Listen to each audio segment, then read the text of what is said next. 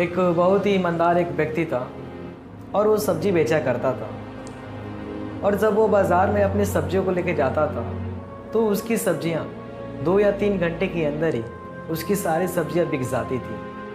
वो बहुत ही खुश रहता था कि उसकी सब्जियां बहुत ही कम समय में बिक जाती हैं। और एक ऐसा भी समय आया कि उसकी सब्जियां अब 1 घंटे के अंदर ही बिकना शुरू हो गया और वो पहले से ही बहुत ही खुश रहने लगा। और एक दिन वो क्या किया कि जब बाज़ार में वो सब्ज़ी लाया था तो उसने अपने मुंह से एक ऐसा शब्द कह दिया कि जिसके वजह से उसके दुकान पर कोई नहीं गया। जहाँ तक उसकी सब्जियाँ 2 या 1 घंटे के अंदर बिक जाती थी, उसकी सब्जियाँ पूरे दिन तक न बिकी।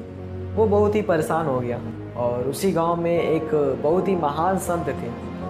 फिर वो संत के पास आता है और कहता है कि महाराज मेरे साथ ये हुआ है। संत ने कहा कि तुम चाहते क्या हो? फिर सब्जी वाले ने कहा कि महाराज मैं चाहता हूँ कि जो मैं अपने मुंह से शब्दों को बोल दिया हूँ उसे मैं वापस ले लूँ। संत ने कहा कि ये तो असंभव है। सब्जी वाले ने जिद करने लगा। फिर संत ने कहा ठीक है, एक उपाय है, तुम ये कागज़ के पन्ने ले जाकर जहाँ तुम सब्जी बेचा करते थे वहीं पर रख दो।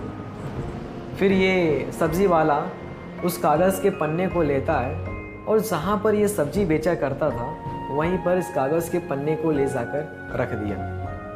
और फिर संत के पास आता है और कहता है कि महाराज जैसा आपने कहा है वैसा मैं कर दिया। फिर संत ने कहा कि अब तुम काम करो, तुम उस कागज़ के पन्ने को यहाँ तक लेके आओ। फिर ये जाता है तो देखता क्या है कि कागज़ के पन्ने वहाँ पर नहीं थे। फिर ये खाली हाथ जब संत के पास आता है, फिर सब्जी वाला कहता है कि महाराज लगता है कि हवा की वजह से कागज़ के पन्ने इधर उधर चले गए हैं। फिर संत ने कहा कि नहीं, तुम उसे ढूंढ कर लाओ। फिर सब्जी वाले ने कहा कि महाराज ये कैसे हो सकता है, मैं उस कागज़ के पन्ने को चाहकर भी नहीं ला सकता हूँ। फिर संत ने कहा कि ठीक तुम्हारे साथ भी ऐसा ही हुआ है। तुम तो अपने मुंह से बहुत ही आसानी से अपने शब्द को निकाल दिए हो, लेकिन चाहकर भी तुम अपने शब्दों को वापस नहीं ला सकते हो।